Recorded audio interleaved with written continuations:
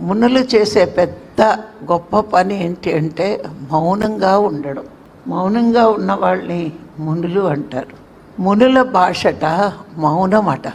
శబ్దం మానవుల భాషట. మానవుడే మునిగే ఎదగాలి. ముందు మానవుడిగానే ఉంటాడు. ఆ తర్వాత సాధన చేసి మౌనం పాటిస్తూ మునిగా ఎదుగుతాడు.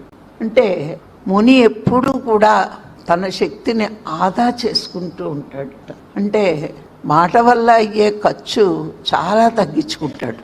ఆ ఖర్చు పెట్టుకుని ఆదా చేసుకుని మౌనంగా ఉంటూ సాధన చేస్తూ తనలో ఉన్న దైవీ శక్తిని పెంచుకుంటూ, అది పెరుగుతోంది అంటే దైవీ శక్తి ఏముంది అక్కడ?